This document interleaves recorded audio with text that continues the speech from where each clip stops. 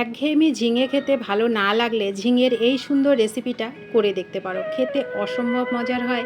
আর ঘরে যদি মাছ মাংসও না থাকে কোনো রকম আফসোস থাকে না। এতটা মজাদার আর এতটা সুস্বাদু হয় ঝিঙের এই রেসিপিটি।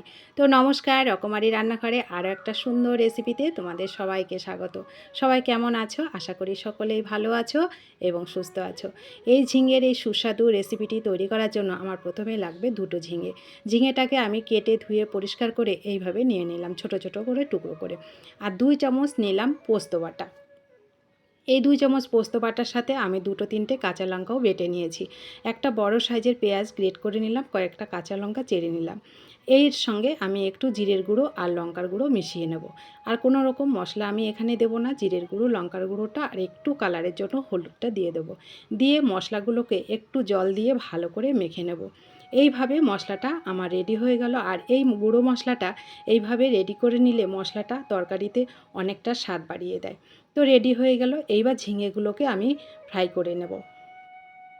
তার জন্য একটা বাটি নিয়ে নিলাম, কয়েক চামচ বেসন নিয়ে নিলাম। বেসনের সাথে একটু লঙ্কার গুঁড়ো, একটু লবণ আর একটু হলুদ নিলাম।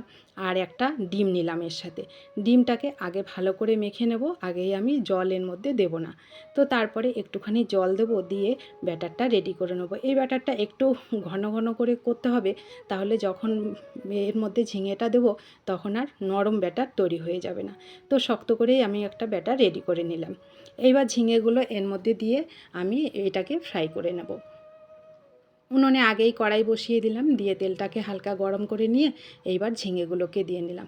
এই ঝিঙেটা অনেক টাইম ধরে ভাজার কোনো দরকার নেই, একটুখানি ফ্রাই করলেই হয়ে যাবে। কারণ এতে আমার হালকা ফ্রাই হয়ে যাবে আর হচ্ছে রান্নার সময় অনেকটা সেদ্ধ হয়ে যাবে মানে ঝিঙেটা। তো দেখো, হালকাই আমি একটু 2-3 মিনিট এইগুলোকে উল্টে পাল্টে হালকা করে ফ্রাই করে নিলাম। তো ঝিঙে ফ্রাইটা আমার হয়ে গেল। একইভাবে এইগুলোকে আমি তুলে নেব, পরেরগুলোকেও একইভাবে দিয়ে দেবো, দিয়ে ফ্রাই করে নেব। অসম্ভব মজার লাগে বন্ধুরা এই ঝিঙের এই রেসিপিটা। আর বিশেষ করে যেদিন ঘরে মাছ মাংস থাকবে না, তোমরা এই সুন্দর রেসিপিটা করে দেখতে পারো। অসম্ভব মজার লাগবে খেতে। কোনো রকম আফসোস কিন্তু থাকে না যে ঘরে আজকে কোনো মাছ মাংস কিছুই নেই। এতটা মজাদার আর এতটা সুস্বাদু হয়। তো ঝিঙে ফ্রাইটা হয়ে গেল। এবারে একই তেলের মধ্যে আমি জিরে আর গরম মশলা, তেজপাতা ফোড়ন দিয়ে পেঁয়াজটাকে দিয়ে দিলাম। পেঁয়াজটাকে হালকা ফ্রাই করে নিলাম একটু লবণ আর হলুদ দিয়ে। এর সঙ্গে দিয়ে দিলাম একটু মাঝারি সাইজের একটা টমেটো ছোট করে কেটে। এইবার দিয়ে দিলাম মশলাগুলোর সাথে একটু বাটি ধোয়ার জলটা দিয়ে দিলাম। দিয়ে এইগুলোকে একটু কষিয়ে নেব। মশলাটা সুন্দর কষানো হয়ে গেলে এর সাথে 2 দানা একটু চিনি দিয়ে দেবো, এই হাফ চামচের থেকেও কম। এই চিনিটা অনেকটা স্বাদ বাড়াবে, তরকারিতে কিন্তু মিষ্টি লাগবে না, অনেকটা মজার লাগে এই চিনিটা দিলে। কালারটাও সুন্দর হয় আর খেতেও ভালো লাগে। তো মশলা আমার কষানো হয়ে গেল। এবার এর মধ্যে দিয়ে দিচ্ছি আমি জল। জলটাকে একটু বেশিই দেবো, কারণ ঝিঙে পকোড়াগুলো যখন এর মধ্যে দেবো অনেকটা কিন্তু জল টেনে যাবে। তো এই খাবারটা হবে একদম মাখো মাখোভাবে, মানে কষা কষা, খুব সুন্দর হয় খেতে। তো দেখো, আমি কয়েকটা কাঁচা লঙ্কা দিয়ে জলটাকে সুন্দর করে ফুটিয়ে নিলাম, মানে ঝোলটাকে।